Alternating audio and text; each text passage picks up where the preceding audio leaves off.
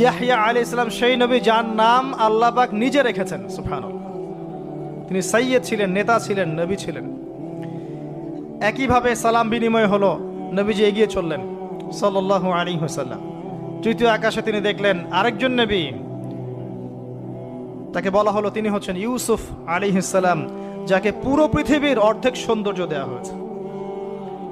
আর আপনারা জানেন সূরা ইউসুফ একটা সূরাই আছে, আর এই সূরা ইউসুফ জুলাইখার প্রেম কাহিনী নয়, বরং এই সূরা হচ্ছে ইউসুফ আলাইহিস সালামের সাথে তার পিতা ইয়াকুব আলাইহিস সালামের প্রেম কাহিনী। ভালো করে পড়ে দেখবেন। কিভাবে বললাম? ছেলের শোকে কাতর হয়ে বাবা কাঁদতে কাঁদতে অন্ধ হয়ে গেছেন। আপনার গার্লফ্রেন্ড কি আপনার জন্য অন্ধ হয়েছে? যখন ইউসুফ আলাইহিস সালাম একটা রুমাল পাঠালেন, মনে আছে, তার বাবার চোখে দেওয়ার জন্যে, দূর থেকে যোজন যোজন দূর থেকে তার পিতা বলছেন আমি ইউসুফের গন্ধ পাচ্ছি। বাবার ছেলের এমন প্রেম কাহিনী আপনি কোথাও পাবেন না।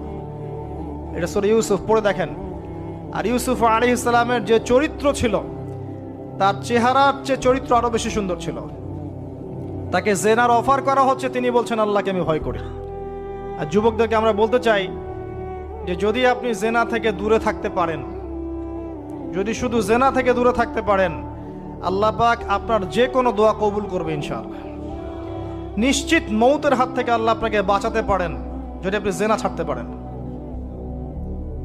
জেনা মানে শুধু ফিজিক্যাল রিলেশন নয়, জেনা মানে রাতের বেলা জেগে কথা বলাও, অনলাইনে চ্যাটিং করাও, আপনার বান্ধবীর সাথে কফি খাওয়াও, সব কিছুই জেনার অন্তর্ভুক্ত। এগুলো ছাড়তে পারলে আল্লাহ পাক আপনার দোয়া কবুল করবেন। ওইভাবে যে তিনজন ব্যক্তি গুহায় আটকা পড়েছিল, মনে আছে? গুহার মুখের মধ্যে একটা পাথর এসে গেল, সবাই বলছে আজকে আর বাঁচার বুদ্ধি নাই, নিজের আমল দিয়ে আল্লাহর কাছে বাঁচতে চাও। তার মধ্যে একজন বলছে, একজন তাকে পেতে চাইতাম, সে রাজি হয়ে গিয়েছিল 100 স্বর্ণ মুদ্রার বিনিময়ে। আমি বসেছি এই খারাপ কাজ করতে তার রানের মাঝখানে, সে ওই সময় বলেছে তুমি আল্লাহকে ভয় করো। আমি মুদ্রাও দিয়ে দিয়েছি, ওখান থেকে আমি জেনা না করে চলে আসছি। আল্লাহ এই কাজ যদি তোমার পছন্দ হয়ে থাকে, আজকে এই মৃত্যুর হাত থেকে আমাকে বাঁচাও।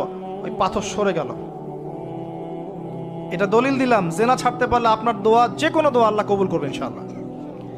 শুধু তাই নয়, আরশে আজিম আল্লাহ পাকের সবচেয়ে বড় সৃষ্টি, এর নিচে আল্লাহ পাক 7 শ্রেণীর মানুষকে ছায়া দিবেন।